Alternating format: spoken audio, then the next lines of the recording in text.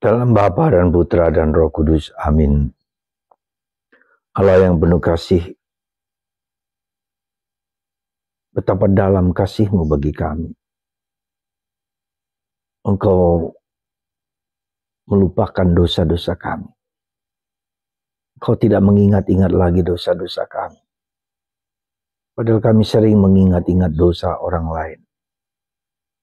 Berkatilah kami ya Bapa, supaya kami berbelas kasih seperti Engkau berbelas kasih. Terpujilah nama-Mu kini dan sepanjang masa. Amin. Para saudara,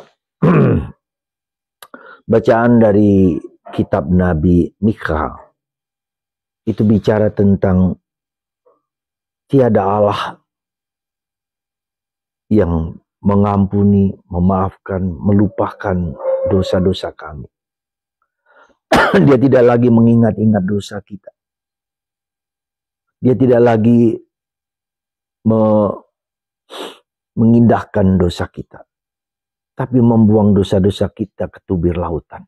Wow. Itulah gambaran Allah yang dilukiskan oleh kitab Nabi Mikha. Dan gambaran itu nyata dalam bacaan Injil hari ini yang bicara tentang Bapa yang mengampuni anaknya yang kurang ajar. Ya, yang mengampuni anaknya yang bejat, katakanlah seperti itu. Ketika anaknya bertobat, ketika anaknya menyadari bahwa di rumah Bapakku ada banyak tempat tinggal, di rumah Bapakku ada banyak anugerah-anugerah yang berkelimpahan. Dia kembali kepada Bapak. Bapak merangkul, Bapak mencium, Bapak melimpahkan rahmat demi rahmat. Ya. Karena itulah maka saudaraku terkasih, itulah Allah kita.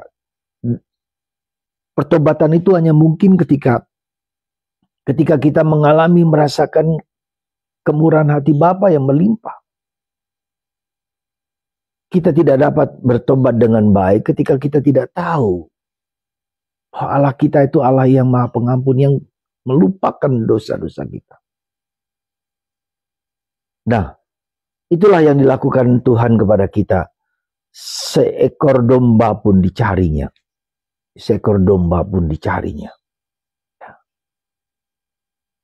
Dan tetapi di sisi lain kita bisa melihat bagaimana sikap anak sulungnya yang marah ketika adiknya datang. Dia mengingat dosa-dosa adiknya, mengingat Tuhan melupakan dosa anaknya, tapi si sulung mengingat dosa-dosanya. Dia telah melacur, dia menghabiskan uang, minta uang bapaknya, dia buang, dia jual apa-apa, tapi aku tidak pernah berbuat begitu. Jadi ini kontras. Ya. Bagaimana kita bisa menghayati pengalaman akan Allah yang penuh kasih Tuhan, akan Allah yang melupakan dosa-dosa kita semua. Kalau kita mau jujur, berapa banyak dosa-dosa kita. Tapi Tuhan melupakan asal kita mau datang dan bertobat. Asalkan kita mau mempersembahkan hidup kita kepada Tuhan, maka mari di masa Prapaskah ini kita melepaskan segala dosa-dosa kita. Datang kepada Tuhan dan membiarkan Tuhan mengampuni dosa-dosa kita. Semoga kita percaya dan yakin bahwa dosa kita diampuni. Kita seringkali tidak mudah percaya bahwa Tuhan mengampuni dosa-dosa kita. Semoga Tuhan memberikan rahmat, kekuatan kepada kita untuk mengampuni dosa-dosa kita. Tuhan memberkati Anda semua dan kita semua. Supaya kita tidak ingat, kita sadar kita tidak menjadi seperti anak sulung itu, tapi seperti anak bungsu yang menerima pengampunan Tuhan. Semoga Tuhan memberikan rahmat, kelimpahan kepada kita dan tidak mengingat dosa-dosa kita lagi. Dan percaya bahwa Tuhan sungguh-sungguh mengampuni dosa kita.